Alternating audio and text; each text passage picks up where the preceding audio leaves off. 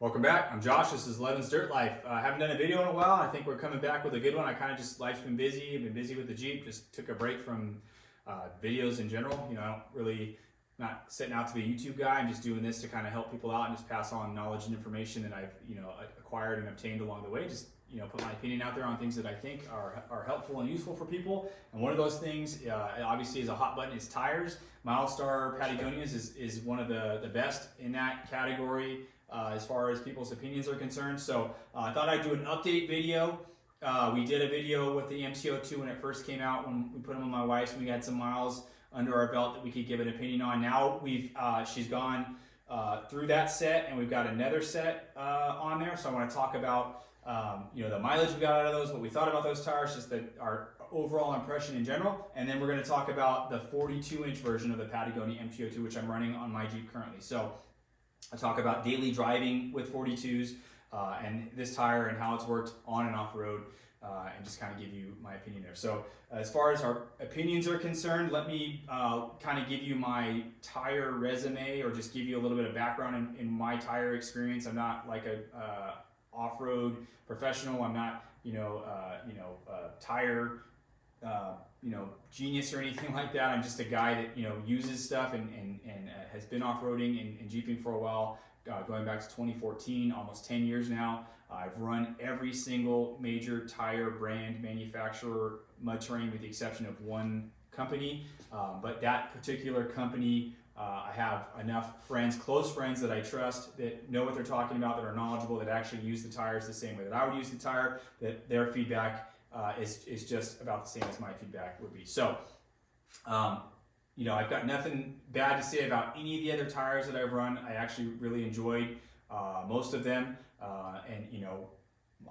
same as I've enjoyed Milestar. We've had a really good relationship with Milestar. We've really been happy with the tires, and that's why we continue to work with the Milestar and run the tires.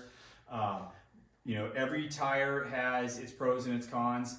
Everybody has their own opinions on tires, whether it's what they read online or what they've personally experienced, just brand recognition, name recognition, price, perception based off of price, or perception based off of who's running what tire. There's a lot of good marketing machines out there from different tire brands and media influencers and things like that everybody gets on the hype train and stuff like that, or bad marketing and brand recognition or reputation based on people who are running tires. So take that for what it's worth. Every single tire that I've ever run from every manufacturer, like I said, I've had good and bad experience with.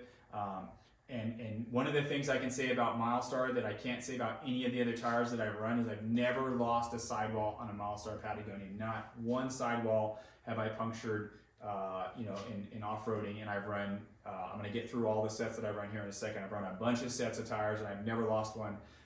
Every other brand tire that I ran, I've lost at least one sidewall. One of the brands is known to be like the toughest, sidewall, and I lost it. I slit the sidewall in like the dumbest way, backing off a rock. It barely scraped this other rock and like cut the sidewall open like it was like cut with a knife. Super fluky, and that's kind of what I'm getting at, is any tire can lose a sidewall or have issues. Fluky stuff like that happens. Every tire brand is susceptible to that. I'm not saying I'm not going to lose a Patagonia, and I know there's lots of people that have lost a sidewall on a Patagonia. I've been lucky in that regard that I haven't. It's one of those things I like to just point out for people that maybe have a negative opinion on the sidewall for whatever reason, personally, or just what they've seen. I have not, so just throwing that out there to balance out some of the other experiences with sidewalls. So that's kind of just like real quick, maybe not so quick, but just a little bit of background on my experience with tires. As far as they're concerned, all my Jeeps are daily drivers. Like all of them, I've driven on highway lots of miles. I drive to Utah at least once a year for an event, whether it's Moab or Trail Hero. We drive around California a lot. I've been up to Washington and back. I've done snow wheeling in a couple different sets of tires. I've done not mud. I don't do like a lot of mud, but like loose dirt, wet dirt, not mud, rock crawling, sand, all that stuff, and all those tires. So I had a good feel for how all of them work. This tire particularly, my wife the MT02 38-inch tire that she ran on her Gladiator, she got 40,000 miles out of that set. So we got over 40,000 miles out of that set. She puts a ton of miles on her tires, on just her Jeep in general. She's got a 2020 with 98,000 miles on it. So lots of miles. So it's a really good test subject for the MT02 to like put all those highway miles, all those around town miles, going to, you know, kids soccer, going to the grocery store, going to Jeep events, you know, for work. We drive a lot for work. So a lot of miles on the road and a lot of off-road miles, you know, in Utah, multiple times, Moab, Trail Hero, you know, wheeling in our local trails here in Northern California, which is like rocks and boulders and dirt and things like that. So she's driven that, and I've driven that in snow, off-road, you know, rock, boulder, dirt, rain on the highway, regular highway, snow and ice on the roads and highway. We got a bunch of snow last year, so tire worked phenomenally. We were able to get that tire with so many miles. I was actually surprised at how many miles we got out of it and how well the tire looked, just based on mud terrains in general. 40,000 miles is a lot. We rotated at 5-tire rotation to keep them looking fresh, and we did about 3,000 to 4,000 miles every rotation. Until the end, we kind of got a little bit lazy. We knew we were going to probably be getting a new set of tires sooner than later, and we let them go a little bit longer, so they got a little uneven at the end, but that's to be expected with a tire you know, that you let run for 6,000 to 7,000 miles. So great experience with the MT02. We were super happy with it. You know, as far as the MT02 versus the original MT, I'm not going to go super into detail on the differences between the tire. I will tell you it's a completely different tire. It looks the same, but it's totally different carcass, totally different compound. If you want to get like the nitty-gritty detail specifics and that sort of thing on the new updated version of the MT02 versus the original Patagonia MT, Andrew over at Milestar did a really good video. Either go to Milestar's YouTube after this video and watch that, or message me and I'll send you the link to the video so you can watch it. But he talks about everything that went into changing the tire and what they did and all that kind of stuff. It was really cool. One of the things I really like about Milestar is they're always improving. They're always, you know, wanting the tire to be better. They're always listening to feedback, whether it's feedback from partners, whether it's feedback from consumers, whether it's feedback from like off-road rock competitors or racers. They're taking all of that into effect and putting it into the tire. And there's so much that goes into a tire development. You don't just like say, hey, let's make a new tire and you know, boom, bam, bang, it's done. There is a lot of hoops they have to go through for DOT and for making changes and just like shipping and building it and like molds and there's just a lot of stuff that goes into making tires. So really happy with what they did with the MT02. You know, they had 2 years ago, they had a not only a finisher of King of the Hammers, but a class winner of King of the Hammers. No tire losses in that race as far as I remember. They had multiple people have competed in King of the Hammers with minimal tire failures and lots of rock crawling like buggy, We Rock, hardcore rock crawling with this MT02, this DOT street tire that's been working phenomenally. So really, really good job on the tire. I've been really happy with the tire. Let's talk about my experience with the 42 now. So 42-inch tire on a daily driver seems crazy. If you would have told me that when I started Jeeping that I'd be daily driving on 42s, I would have thought you were out of your mind. It's crazy to think that a 42, you know, lots of companies are doing 42s. It's kind of like the new 40, right? It is a big tire for a daily driver. I was actually really nervous, to be honest with you, to switch from a 40 to a 42 in the aspect that I had heard people that had done it had issues with drivability. Their Jeep didn't drive the same, they didn't like it. I know of people that switched back to 40s, not Milestars, but just 40, you know, other manufacturer. So lucky for me, I didn't have that experience. It was pretty seamless of a transition, to be honest with you. When we built the Jeep, when I had the suspension done by Crash Fab, I had told them 42s were in the pipeline. I knew Milestar had a 42 development. I knew it was coming out. I knew I was going to be getting one when it came out. So we kind of designed and thought of that, you know, in setting the suspension up. So as far as the suspension was concerned, we didn't have to make any changes there. I did have to, you know, up to a Highline fender in the front, the Nemesis. I had the regular Nemesis crawler. We went to the Nemesis Highline because I was getting into the fender pretty good. And in the rear, we just did a fender delete, a Genrite fender delete, just to eliminate that fender completely. And then I was able to, you know, I'm able to change my ride height really easy with the ORI struts with the nitrogen. So we're sitting a little high right now. I'm going to put the hardtop back on pretty soon. So we'll bring it back down and close this up. And I still have plenty of cycling. So tire 42 wise, as far as like noticing a difference between the 40, not much, to be honest with you. Obviously gas mileage is affected a little bit. It was nothing crazy. I don't really track that too much. I know that sounds wild, but you know, when you have something built like this and it's, you know, kind of your hobby, it's not really, for me personally, gas mileage is not something I really, you know, focus on too hard. It's almost better that I don't know, right?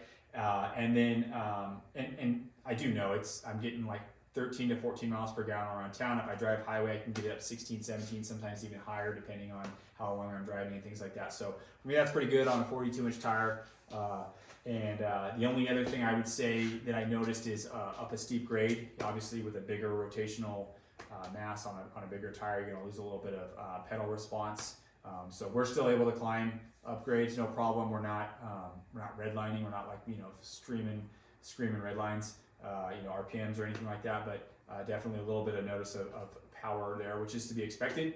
One of the cool things about the Milestar tire, just any Patagonia MT02 and just Patagonias in general, is the lighter tire. It's designed that way. It's not, so this 42 is very similar in weight to a lot of 40s, which is really cool, and that's just basically, a lot of that has to do with the sidewall.